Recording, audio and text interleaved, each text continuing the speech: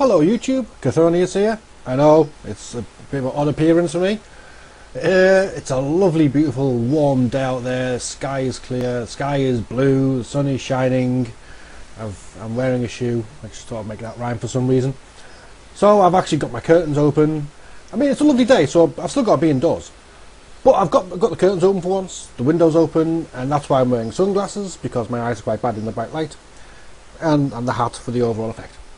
There's that explained. On to the video. Faith. Is faith really such a bad thing? Now, see, here's the thing. Here's from my perspective. You can call yourself an atheist or an agnostic, non-believer, freethinker, whatever. I don't care. If you're religious, you can call yourself a theist, agnostic, Christian, Jew, Muslim, Hindu, etc, etc. I don't care. You can be any of those things. Pick your own label. Any confusion, we can just talk about it. And then there's faith. Is faith itself such a problem? You see, for me, no. No, it's not. I have some beliefs, right? But it's not the faith that's a problem. It's what you do with your faith, how you treat your faith. Do you treat your faith as fact? That is the issue for me. So, it's from there that problems arise. Not from the faith itself, but from how you treat your faith. For example, let's say somebody absolutely believes wholeheartedly, physically, mentally, emotionally, maybe, all together, in Jesus. Fine. No problem. But when they get to the point where they say, okay now, and everything that's written about Jesus, and therefore also about God, and well, because Jesus supported the Old Testament, I have to take the Old Testament into account, we're going to put all that in, we're going to treat it as fact. That's when problems arise, because when you start treating mythology, I know some people are going to be annoyed at me using mythology with Christianity. When people start treating their mythology as fact, then problems can arise.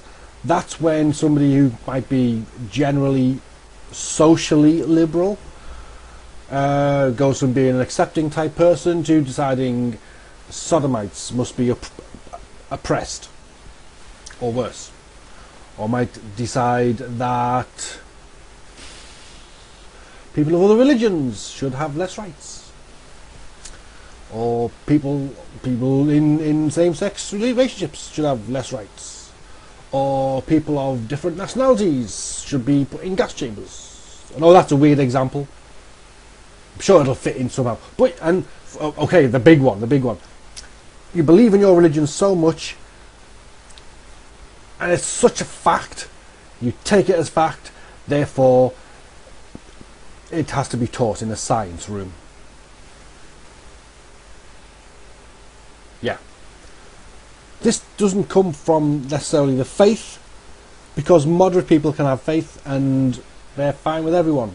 It's how you treat your faith, what you do with your faith, that's a problem. So that is my thing with faith. And of course some faiths are just a bit silly, and I just love pointing that out. You should know that by now.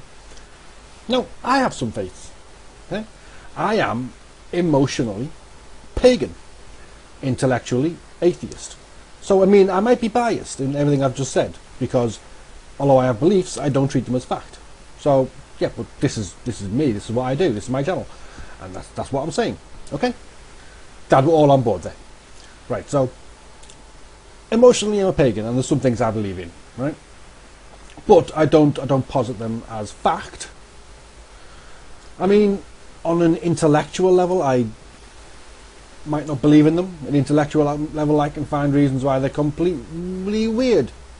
On an emotional level, though, they still kind of tug at the heartstrings, and I still want to go, yeah, I quite like that. On an emotional level, so there is, you know, it's you can have faith and be fine with it, and not impose it on everybody because that's just the way you treat it. So I was thinking, should I actually tell people on YouTube what my actual pagan beliefs are? Yeah, why not? So anyway, my I've got several deity types I quite like. Again, on an emotional level, intellectual level, it's a case of, that's a bit weird, that. What are you doing? But on an emotional level, heartstring level, Lady Chaos, of course, up there, out there, prime one. Chaos in this sense is infinite nothingness and infinite potential. You could liken it to the primordial potential for reality to exist, while it actually, if you think about it, it could support everything coming from nothing, depending on how you look at it. I'm not going to look at it in a way of trying to press it down as fact and then, oh, let's teach this as science. No. It's just an idea. Okay. Don't have to treat it any more than just an idea. Don't want to start quoting Dogma for some reason there. Right. So Lady Chaos, and then I have a triple dark god and a triple dark goddess. Triple dark god, of course, is Hades, Erebus, and Tartarus. Triple dark goddess is Persephone, Nyx, and Hecate. So there's all that. But there's lots of other things as well. I quite like the Titans. There's about 33, I think, I've got written up, where it's like a family tree. I know there could technically be thousands of Titans if you include like the river gods and nymphets and so on. They're technically Titans. But the major Titans, I think it's 30, 31, 33, depending on which ones you classify. Because you've got like a family line from Uranus and a family line from Pontus as well. And there's a little bit of interaction. For example, Eurybia and Krios join the two family groups together. And they've got 3 sons. Obviously, Pallas, Perseus and Astraeus. So, I mean, yeah, I quite like the Titans. And it's not necessarily seeing them as individuals, seeing them as like statuesque humans. I more see them as just archetypes, personifications, just natural forces. And on another level, I could say, well, these titans, these gods, they don't have to be sentient. They could just be ideas. They could just be how we define reality. For example, to name a few titans, Rhea, the earth, say Oceanus and Tethys, like the seas. Okay, we'll just use those examples, right? Let's just use Rhea and Oceanus, right? The land and the sea, right? You could say land and sea, or you could say one represents all the solids and one represents all the liquids. Okay?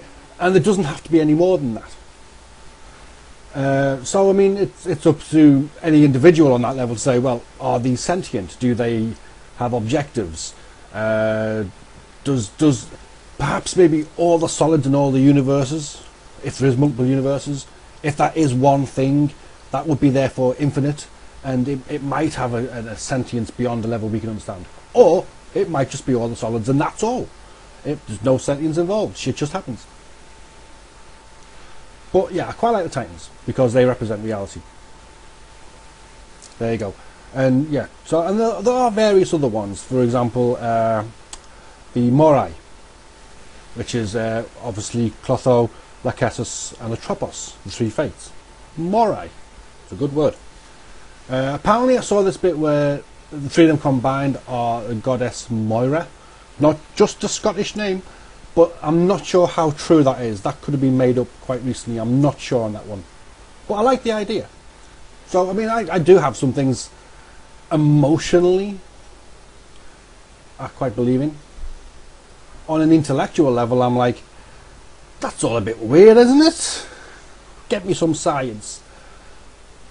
And the two don't have to be in conflict, because I don't let the science, intellectual, rational thing judge the other one, because the emotional one, the religious one, the faith one doesn't play a part in reality. It's only when you let your religion play a big part in reality, that's when the other problems I said are going to come about. People wanting to get religion in the science class. People want to oppress people because they don't conform with their beliefs, you know. And it's not just a case of you're using your religion to oppress other people when you start treating it as fact. If you treat your religion as fact, it could do harm to yourself. For example, let's say you find yourself trapped in a cave just off the coast and the tide is coming in. What is the first thing you do? Well, I mean, the first thing you do can be to think, oh shit, I'm going to drown. But if you get past that, or if you're just quite reasonable, and the first thing I do would not be to pray for salvation. Please, gods, please, goddesses, get me out of here. I don't want to drown. No, that's not the first thing I do. The first thing I do is I'll start thinking, can I swim out the cave? And then I'm thinking, is there a way out the back of the cave? If not, can I climb up? If I shouted for help, would anybody hear me? I'd start shouting for help, just in case. And I would probably go for the swim option, unless there was, for some reason, it was totally unfeasible. Praying, that would be the last thing I did, and even then, I'd probably forget. So there you go. I hope that has been informative. Catch you later.